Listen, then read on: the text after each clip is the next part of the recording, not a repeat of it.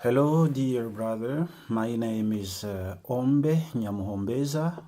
Uh, I am from the Democratic Republic of Congo and I live here in Finland since 2009, December.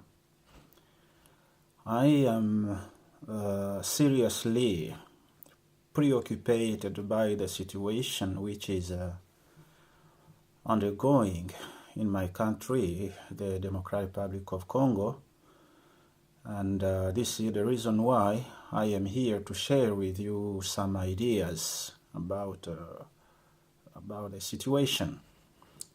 Well, you know, the Democratic Republic of Congo may be one of the richest countries in resources. But the country itself is incredibly poor. Why then? We should, or we can assimilate too many responses, too many answers to this question. But in this short video, I will just give maybe one of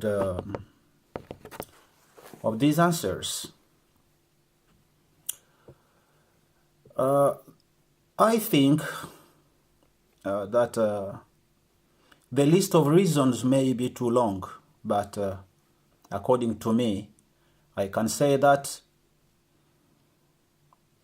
cursed by its natural wealth, the Democratic Republic of Congo has a longer history with colonialism, and that poor recolonization is one of the reasons for the crisis residing in my country, the Democratic Republic of Congo. So maybe you are a brother of mine, you are a Congolese following me or watching this video. I know that you have a lot to say about this question, but remember that the problems of the east region of my country particularly are in this order: demographic, according to me, I said demographic, agrarian, ethnic, and economic. The first problem is a given which cannot be changed or resolved in the short to medium term. And the second one is the heart of the matter. But agrarian problems touch the heart of the people's livelihood as known. So they are directly tied to the ethnic problem, because land belongs to tribes, and most of the struggles have been to displace or kill the other tribe in order to get their land. This is a situation which is known by everybody. If you are a Congolese or you have at any time visited the Democratic Republic of Congo. So this whole demographic, agrarian, ethnic nexus is exactly what was at the roof of the war back in the 1990s, which is where the fourth problem kicks in. The only way to I can say the only way not to have agrarian reforms work as a zero-sum game is to inject money in a static rural economy through the cash nexus, which in the Kivus means transport and mining. In the Kivus, if you really know the history of the Democratic Republic of Congo, the geography of the Republic of Congo, these two Kivus are the richest part of this mine. So, under transport and mining mean security, which in turn presupposes some kind of a working settlement between Laurent Nkunda, the M23, various Mai bands, the Rwandophones, the Autochthons tribes, and yes, I can say also the FDLR genociders, who,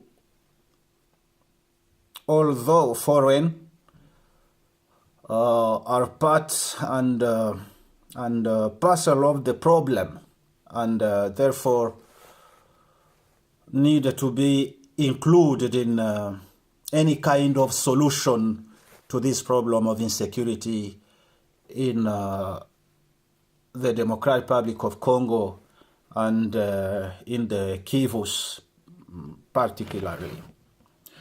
So, my country has been experiencing different wars for over 2 decades, and there is a strong correlation between the country's demographic indicator rates and the conflict.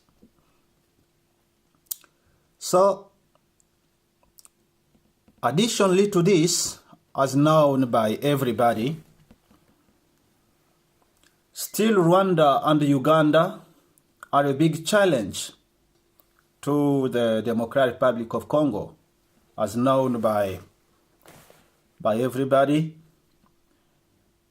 In 1996, Rwanda and Uganda invaded the Democratic Republic of Congo, and that year marks the beginning of the country's struggle. Since then, the country has lost more than 10 million of its sons and daughters.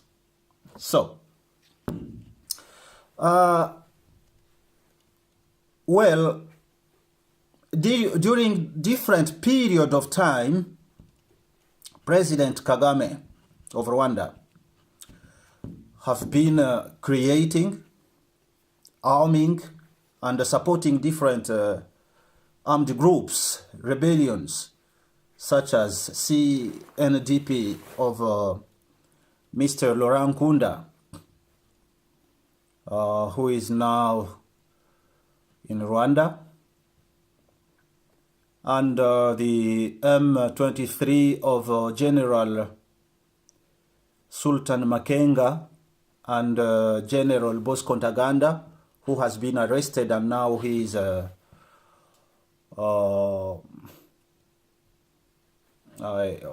he's defending himself about the committed crimes on the ICC. So, it seems that today President Kagame doesn't try to control anymore the Congo since the defeat of the M23, but simply he wants now to control enough I can say the mining interests in the Congo to help finance his great dreams. His great dreams of turning Rwanda into Singapore of Africa. You know, the money comes from a variety of non-ferrous metals such as niobium, cassiterite, coltan, gold, and so on and so on. The list is too long. So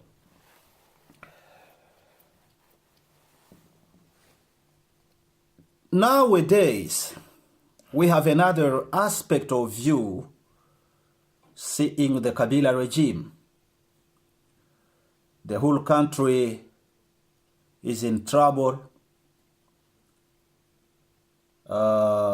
is passing under a horrible violence, killings, massacres, kidnappings, and so on. And as you know, all this because President Kabila has decided to cling to the power. He has decided to cling to the power for many reasons, different reasons, I can say. The political and security situation remains uncertain in the Democratic Republic of Congo ahead of elections expected to take place by the end of this year, 2000 or before the end of this year, 2017. Now, the continued presence of armed groups in the country, especially in the Kivus, military operations against them, intercommunal violence, and influx of refugees from neighboring countries,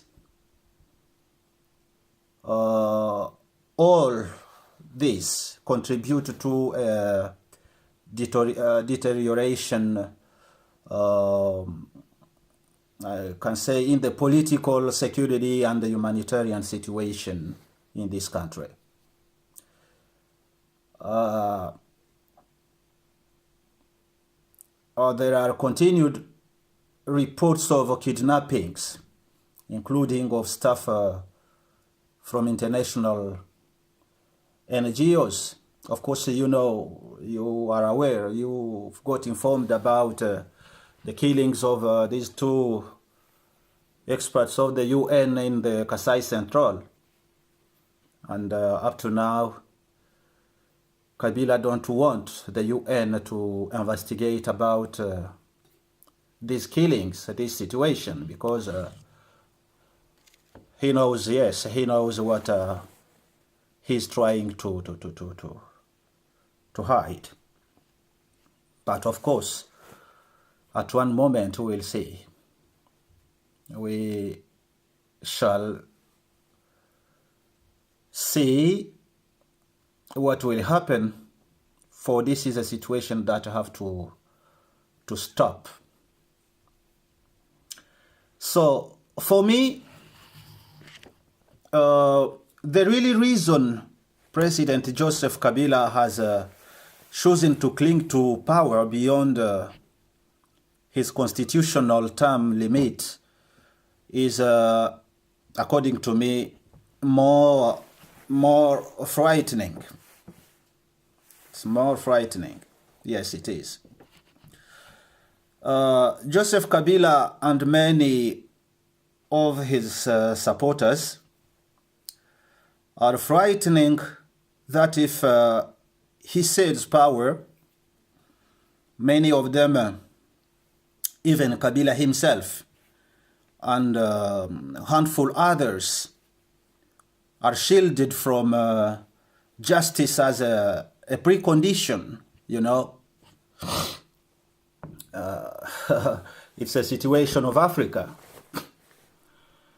For I was saying that even Kabila himself and a handful others are shielded from justice as a precondition for an honorable retirement, will be held accountable for aiding and abating wars and conflicts that I can say have up to now killed over 10 million of Congolese people, and left, of course, wounds on the bodies of Congolese women and children, than on the streets and building of the country.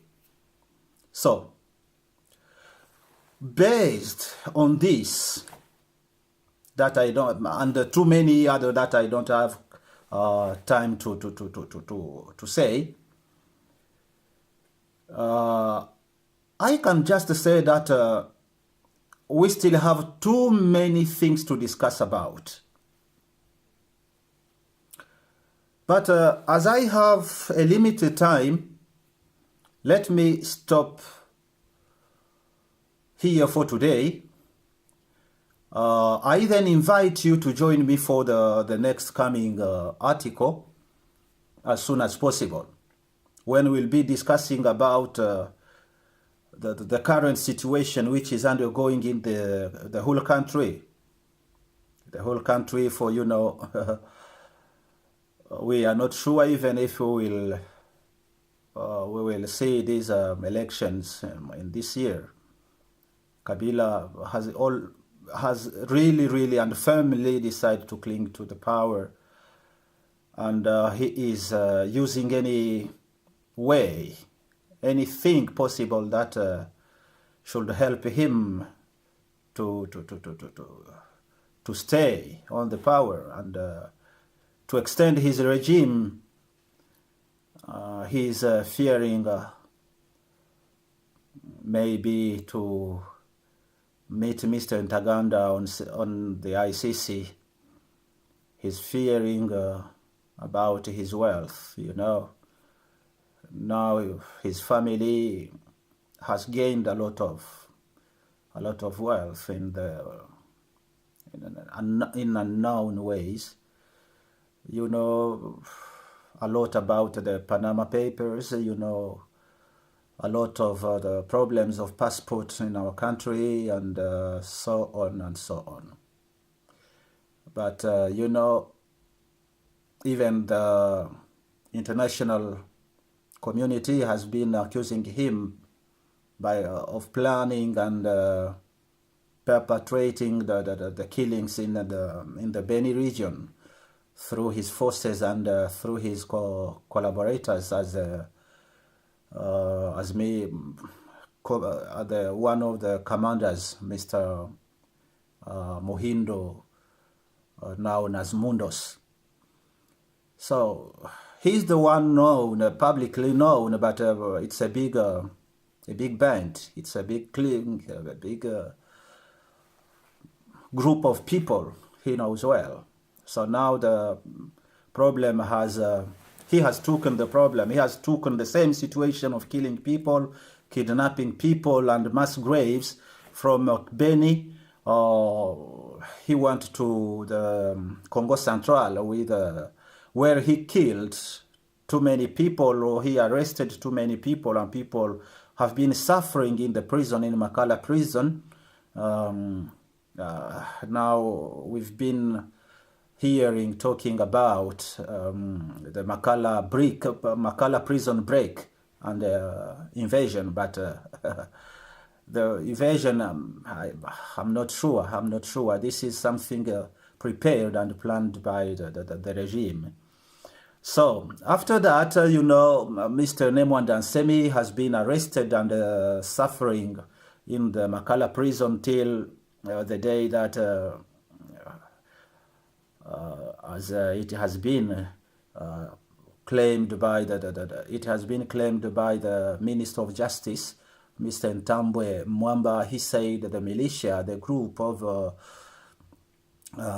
belong to this Nemwanda Nsemi, is the one who came and broke the Makala prison before they did an assault to liberate their leader. But is it true or no? We don't know. Let's give time to the time.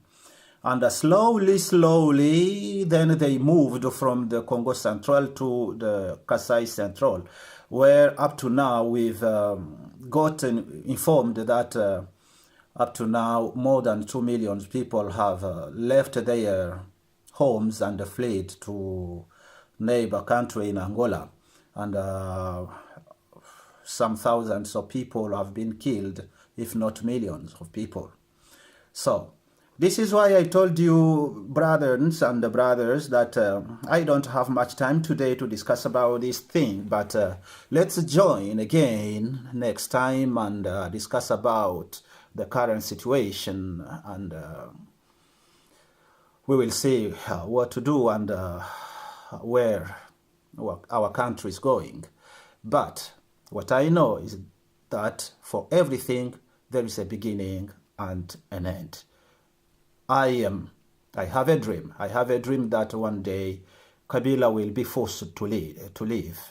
Will be forced to leave, and maybe he will be forced to meet other people in prison. I hope so. I hope so, and I can promise you, brothers, that one day our country will get peace. We will get peace, and Congolese shall enjoy of this peace and better life and prosperity. And the problem we have in our country is not I don't accept while people have been saying that Congo is a poor country. We are not a poor country. We have just bad leadership. We have bad leaders and corrupted leaders, and who don't care about their citizens, who don't care about the country, about the security of the country, about the development of the country. But the country by itself is one of the African richest and maybe the world richest countries. So thank you for watching, and join me for the next article. Thank you so much. Bye-bye.